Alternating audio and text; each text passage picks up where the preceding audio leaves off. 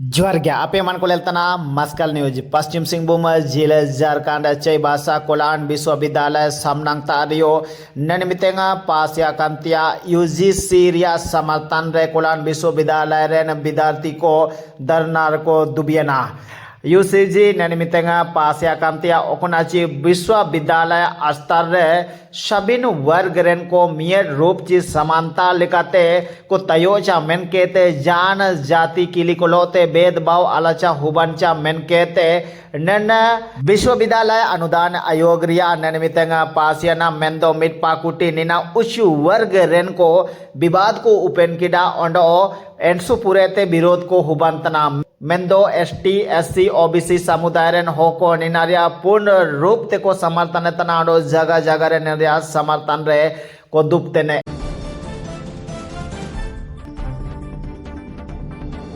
विद्यालय अनुदान आयोग ये एक संवैधानिक निकाय नहीं है, एक प्रकार की ये विधायी निकाय है।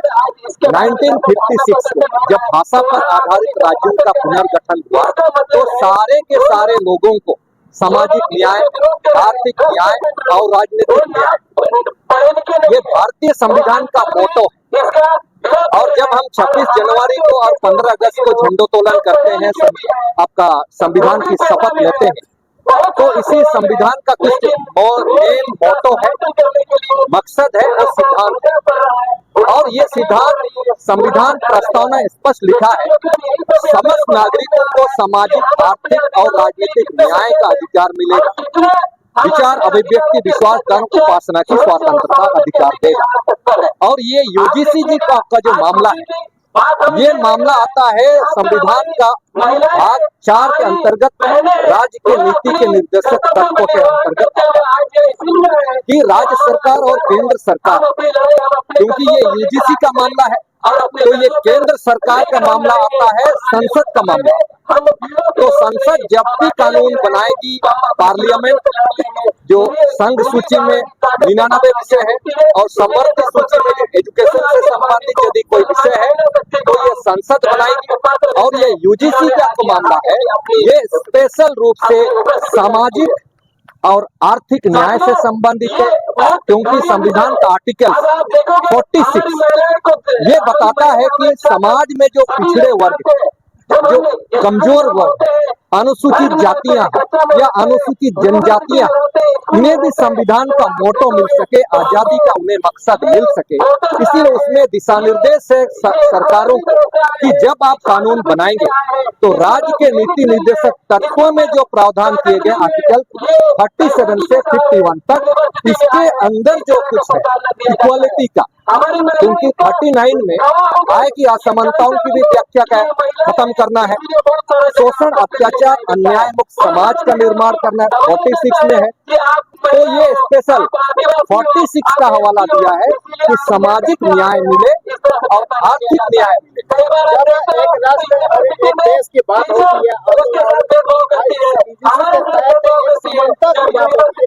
कौन लोग हैं जो इसमें विरोध कर रहे हैं? देखिए, आज के समय में विरोध वो लोग कर रहे हैं जो आज के समय में जो संख्या में बिल्कुल कम है, जाति के आधार पर जिन्हें आप सावर्ण बोलते हैं, ये वो जातियां हैं जो संविधान के अगेंस्ट चलती है। ये वही जातियां हैं जो आर्यों के वंशज अपने आप को मानते हैं, जो अपने आप को वैदिक सभ्यता के अनुसार, वर्ण व्यवस्था अनुसार शासन तंत्र चले। ये भारत का संविधान जो डॉक्टर भीमराव अंबेडकर और आजादी के बाद जो संविधान बना, इसके विपरीत मानसिकता वाले लोग, इनकी आबादी मात्र ज्यादा से ज्यादा ये 10% से ज्यादा नहीं है। आज यदि हम इक्वलिटी की बात करते हैं, अनुसूचित जनजातियां इस देश में 8% हम मानते हैं, लेकिन ये 8% ही भारत के एबोरिजिनल है, ये भारत उनका है। और आज जो लोग आए हैं ये इंडो यूरोपियन भाषा परिवार से आते हैं, आर्यन से, और हम लोग आस्ट्रो एशियाटिक से आते हैं, द्रविड़ से आते हैं और चीनी तिब्बती भाषा परिवार से आते हैं। और जो पॉपुलेशन है पिछड़ी जातियों का, हम यदि 8% है इस देश में, तो अल्पसंख्यक समुदायों का जो माइनॉरिटीज हैं ये 14% करीब करीब, और यदि हम पिछड़ी वर्ग का जानेंगे तो ये 52% है। तो ये 52% को जोड़िए, फिर 8% को जोड़िए तो 60 हो गया। यदि आप 14% और जोड़ते हैं उसमें तो 80% आसपास। तो 80% लोगों को सामाजिक न्याय, आर्थिक न्याय, इक्वालिटी से वो लोग वंचित करना चाहता है ये आर्य वर्ग के लोग, जो आपका इंडो आर्यन जो वर्ण व्यवस्था को मानता है। ये संविधान के अगेंस्ट है, इसीलिए मैं अगेंस्ट बोलना चाहता हूँ। यदि इक्वालिटी की जनसंख्या पर आधारित यदि आपका इंस्टीट्यूट में सुविधाएं होनी है तो उनकी पॉपुलेशन कितनी है? ये वो लोग हैं जो विरोध कर रहे हैं आपका सेक्रेटरीट लेवल में वही लोग। यदि पुलिस का एडमिनिस्ट्रेटिव स्ट्रक्चर को देखिएगा सभी राज्यों का, ये डीजीपी रहता है, डिस्ट्रिक्ट मतलब पूरा का टॉप लेवल जो है ना डीजी होता है और डीजीपी, उसके बाद नीचे असिस्टेंट डीजीपी है, उसके बाद डीआईजी है। इनमें कौन लोग हैं? इनमें यही वर्ण व्यवस्था के लोग। अब सीआरपीएफ को हम बताते हैं, सेंट्रल रिजर्व पुलिस फोर्स, इसमें टॉप लेवल में कौन है? इसमें भी यही वर्ण व्यवस्था के लोग। सेक्रेटरीट लेवल का जो टॉप लेवल है प्रत्येक राज्यों का, झारखंड राज्य को ले लीजिए, उड़ीसा राज्य को ले लीजिए, मध्य प्रदेश को, प्रत्येक राज्य में चीफ सेक्रेटरी कौन है? यही लोग है जो पॉपुलेशन में कम है। इसीलिए ये लोग हर चीजों को बदलना चाहता है और जनसंख्या के आधार पर। तो हमें आज के समय में समझना चाहिए, ओबीसी को समझना चाहिए, माइनॉरिटीज को समझना चाहिए, एससी को समझना चाहिए, एसटी को समझना चाहिए।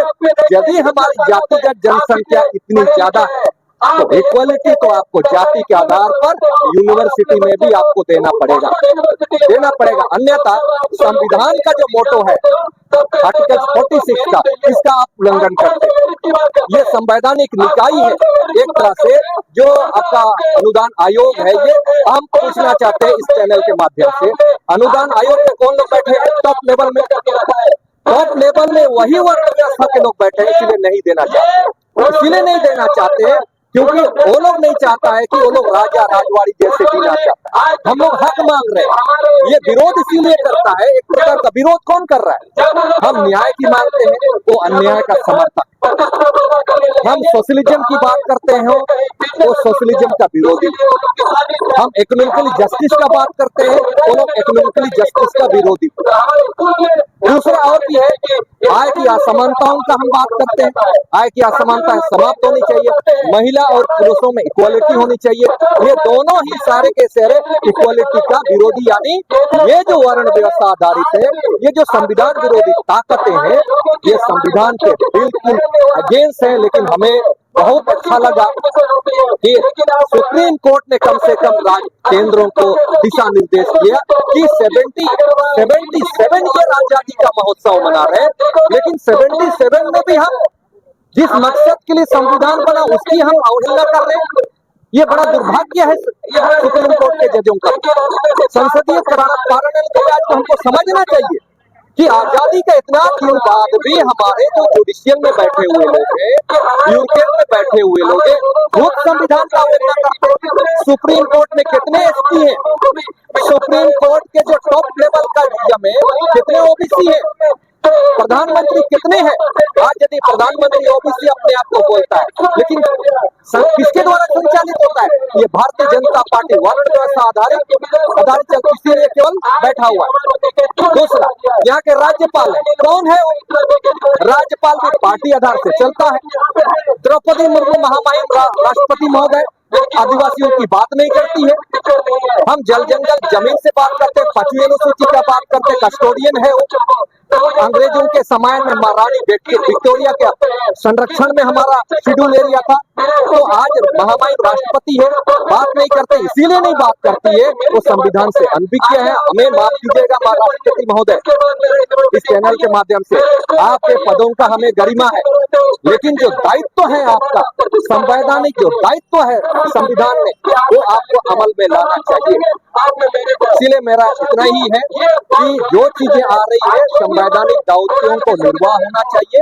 हमें उम्मीद है महामहिम राष्ट्रपति महोदय आप एकदम आदिवासियत का आवाज को बुलंद करेंगे, equality, social justice, economical justice और पॉलिटिकल जस्टिस का आप इस देश को आह्वान करेंगे कि आप इक्वालिटी का सामने आ गया। हम विरोध करेंगे सुप्रीम कोर्ट के जजों से और महामहिम राष्ट्रपति से भी।